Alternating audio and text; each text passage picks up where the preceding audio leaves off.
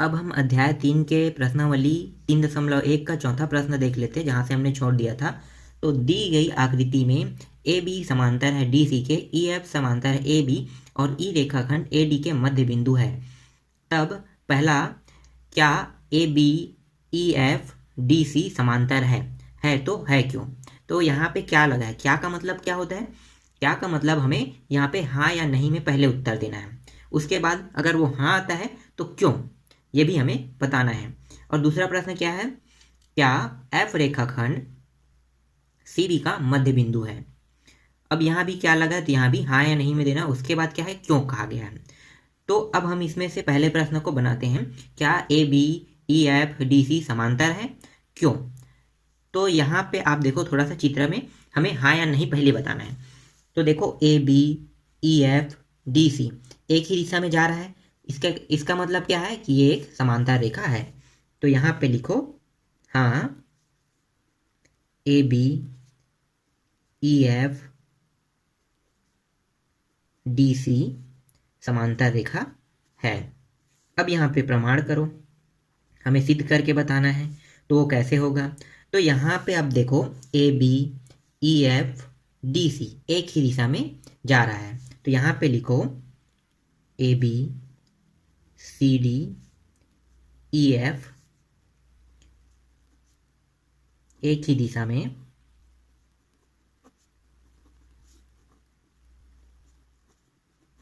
विचरण कर रहा है तथा, देखो एक ही दिशा में विचरण कर रहा है तथा इन रेखाओं को ए और डी प्रतिच्छेद भी कर रही है, तथा इन रेखाओं को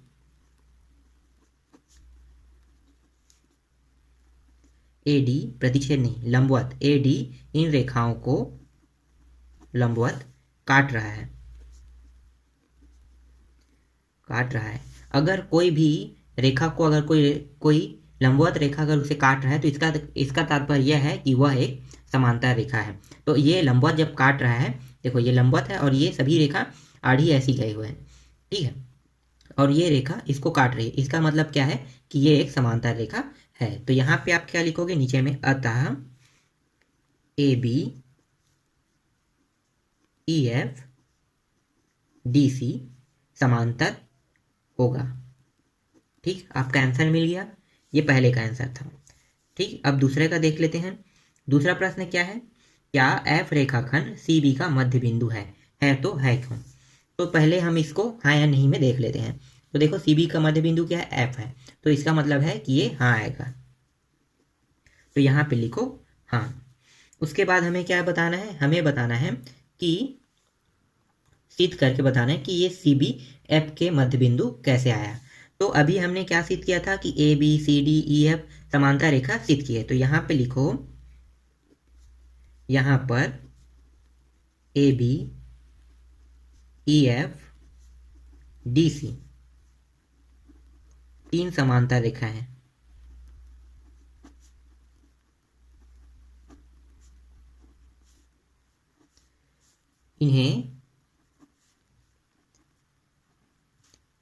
इन्हें ए डी द्वारा लंबवत काटती है। ठीक, ये तीनों रेखाएं जो है इसको ए डी द्वारा लंबवत काटती है। तो ए डी का मध्य बिंदु, देखो ए डी का मध्य बिंदु क्या है, ई है,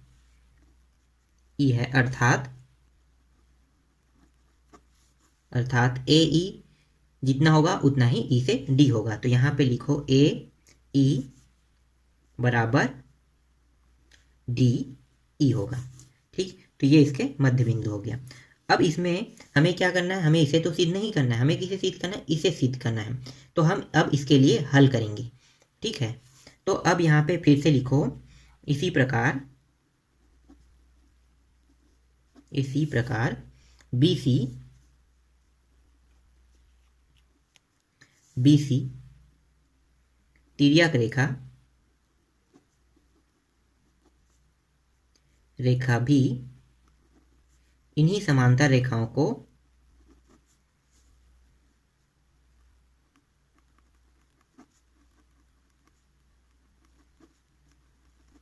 प्रतिच्छेद करती है।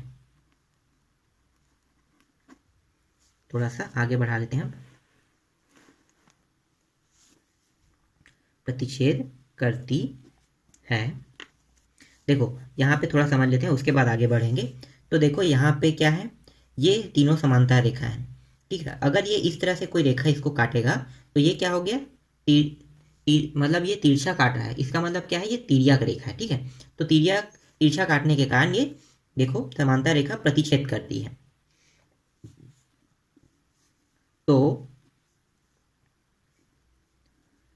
तो इनमें भी वही अनुपात होगा,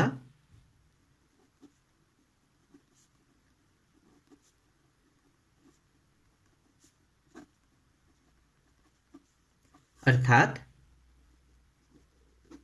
देखो, तो इनमें भी वही अनुपात होगा जो DE और EA में है, ठीक है। तो इसको कैसे लिखेंगे, CF और FB लिखेंगे। तो यहाँ पे लिखो CF बराबर FB है। तो इसके मध्य बिंदु क्या निकला, देखो इन दोनों के CF और FB, तो F जो है मध्य बिंदु निकला, अतः CB का मध्य बिंदु F होगा, ठीक। ये सिद्ध हो गया, यही इसका आंसर था दूसरे का। इसके बाद जो पांचवा प्रश्न है वो प्रश्न क्रमांक तीसरा की तरह ही बनेगा। जैसा प्रश्न क्रमांक तीसरा हुआ है वैसा ही आप इसको हल कर लेना। इसमें देखो प्रश्न क्रमांक तीसरा और पांचवा में, तो तीसरा और पांचवा का जो चित्र है वो दोनों सेम है, बस उनके जो मान है वो बदले हुए हैं, तो उनके स्थान पे मान को रिप्लेस करना। बाकी हल प्रश्न क्रमांक 3 की तरह ही है। इसके बाद अब हम लोग देख लेते हैं प्रश्न क्रमांक 6 को। प्रश्न क्रमांक 6 है, DA, CB और OM सभी रेखाखंड AB पर लंबवत हैं, जहां O रेखाखंड AC व BD का प्रतिच्छेद बिंदु है। यदि OA बराबर 2.4 सेंटीमीटर, OC बराबर 3.6 सेंटीमीटर हो तो पहला प्रश्न है इसमें AM/BM का मान ज्ञात कीजिए। और दूसरा है, यदि BO बराबर 3 सेंटीमीटर है तो DO का मान ज्ञात कीजिए। तो हम सबसे पहले प्रश्न को हल कर लेते हैं। तो यहाँ पे सबसे पहले आप यहाँ पे देखो, यहाँ पे क्या लिखा हुआ है कि किसी, पहले से मैं यहाँ पे लिख लिया हूँ, इससे क्या होगा, टाइम वेस्ट नहीं होगा, ठीक है। इसीलिए इसके बाद मैं आपको इसको समझाऊंगा। तो पहले प्रश्न का हल है, किसी त्रिभुज में एक भुजा के समांतर खींची गई अन्य दो भुजाओं को समान अनुपात में विभाजित करता है। इसका मतलब आप समझ रहे हैं, इसका मतलब क्या है कि देखो किसी त्रिभुज, देखो यहाँ पे कितने त्रिभुज है, एक त्रिभुज और ये 2 त्रिभुज है। अब इस त्रिभुज में देखो एक भुजा यहाँ पे है, ये भुजा, और देखो दूसरी भुजा यहाँ पे लास्ट किनारे पे, मतलब दोनों किनारों पे एक एक भुजा है। अगर इन दोनों भुजा का प्रतिबिंब जो है यहाँ पे बन रहा है, प्रतिबिंब मतलब देखो यहाँ पे ऐसे है, अगर ये प्रतिबिंब है यहाँ पे बन रहा है तो यहाँ पे देखो दोनों टकराव हो रहा है। तो जहाँ पे इन दोनों का प्रतिबिंब बन रहा है वो एक दूसरे के, देखो यहाँ से इसके और इसके, इन दोनों से एक बराबर दूरी में होगा। इसी को हम कहते हैं समान अनुपात में विभाजित करता। तो इसको हमने कैसे लिखा है, देखो यहाँ एक बार और पढ़ लेते हैं। किसी त्रिभुज में एक भुजा के समांतर खींची गई अन्य दोनों भुजाओं को समान अनुपात में विभाजित करता है। उसके बाद आगे पॉइंट को पढ़ते हैं। यहाँ त्रिभुज ABC में BC समांतर OM है, जो AC को O पर तथा AB को M पर प्रतिच्छेद करती है। तो देखो यहाँ पे देख लेते हैं, त्रिभुज क्या है, ABC में हमें देखना, देखो यही है ABC में। तो यहाँ पे देखो ABC में ABC में कितने रेखाएं बन रही है जो समांतर हो, तो देखो 1 और 2 दोनों मिलकर ही समांतर बन रहे हैं। तो BC के समांतर क्या है, OM है, जो AC भुजा में के मध्य बिंदु क्या है, O पर प्रतिच्छेद करती है, और AB रेखा में M पर प्रतिच्छेद करती है। ठीक, यहाँ तक समझ में आ गया।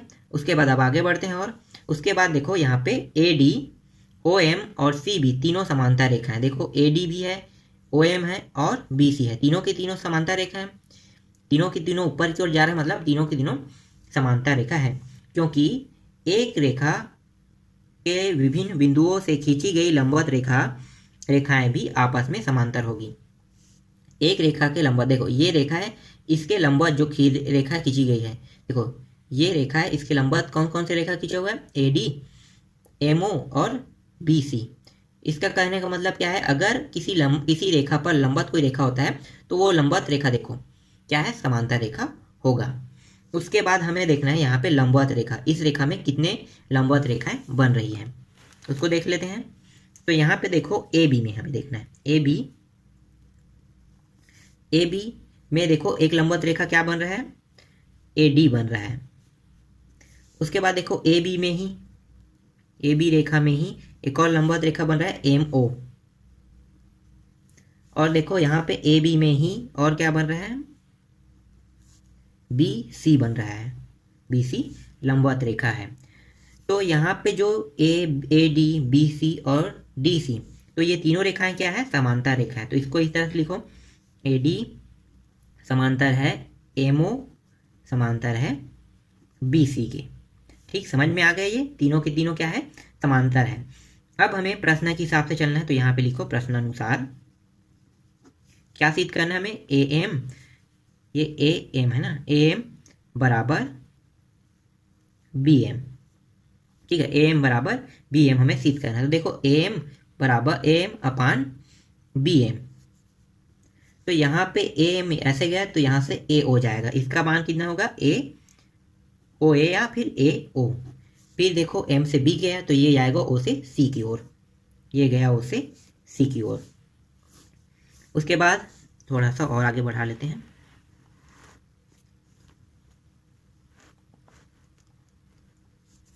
उसके बाद यहाँ पे देखो, यहाँ पे AM ठीक है और BM का मान दिया हुआ क्या, तो यहाँ पे हमें AM और BM का मान नहीं दिखा, इसे याद करना है। तो इसे ये जैसा है वैसा ही लिख लो, AM और BM। अब देखो OA और OC और AC, सॉरी AO का मान दिया है क्या, हाँ इनका मान दिया है, तो यहाँ पे रख लो।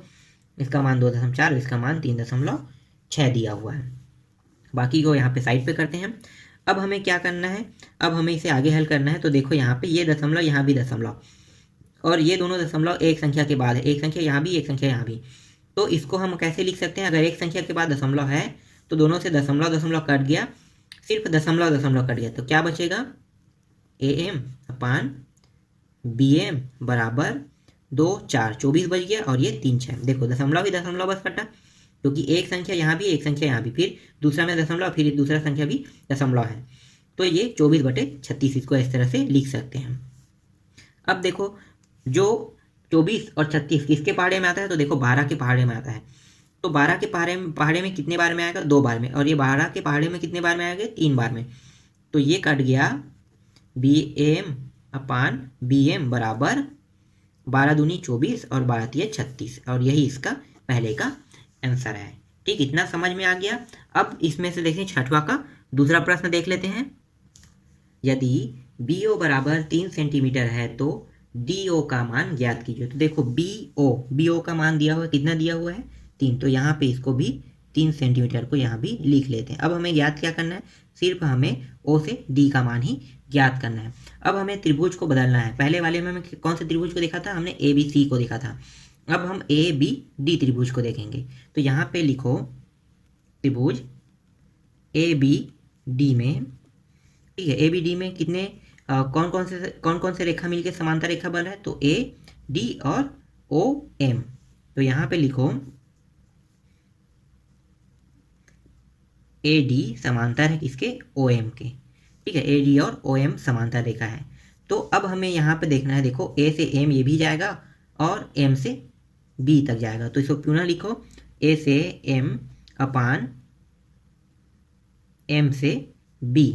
ठीक है, A से M से B। तो A से M गया तो कौन सी रेखा बनेगा, देखो A से M, तो ऊपर में देखो A से M, तो ये D से O जाएगा, तो D से O गया। फिर M से B गया तो ये O से B गया, तो ये O से B आ गया। अब इनके मानों को यहाँ पे रख देंगे। तो AM का मान क्या है, देखो AM का मान है 2, MB का मान कितना है 3 बराबर, फिर DO का मान दिया है क्या, DO का मान नहीं दिया है, उसे हमें ज्ञात करना है। और OB का मान दिया हुआ है, देखो O से B 3 सेंटीमीटर, यह आ गया 3 सेंटीमीटर। अब यहाँ पे देखो, यहाँ पे ये कितने पद हो गए, 1 2 3 4, 4 पद हो गया। तो इसका मतलब क्या है कि यहाँ पे 4 पद होने पर कोई भी मान ऐसा होता है 4 पद हो जाता है, और ना तो इसमें जोड़ना है ना तो घटाना है, न इसमें जोड़ना लगा है और न ही घटाना लगा है। इसका मतलब ये है कि ये तिरिया गुणा होगा। ठीक है, तो यहाँ पे लिखो आप तिरिया गुणा करने पर कर दो तिरिया गुणा, तो जो ये जो मान है वो इस पक्ष में आ जाएगा। तो ऊपर में क्या है, 2 है और ये आ गया 3। ये पहले से संख्या में है, और देखो यहाँ पे कोई संख्या नहीं है तो यहाँ से कोई भी मान यहाँ पे नहीं आएगा। इसे बस हमें क्या करना था, अकेले करना था। तो ये वाला मान ऊपर गया और नीचे वाला मान नीचे में रहेगा, और ये हो गया डी ओ। जो कट है उसको कटा दो, तो ये कट गया, ये भी कट गया, बचा कितना, 2। तो डी ओ का मान कितना आया, 2। तो यहाँ पे लिखो अतः डी ओ बराबर 2 सेंटीमीटर होगा। ठीक, ये आपका आंसर है। इसके बाद हम लोग अगले प्रश्नावली को देखेंगे।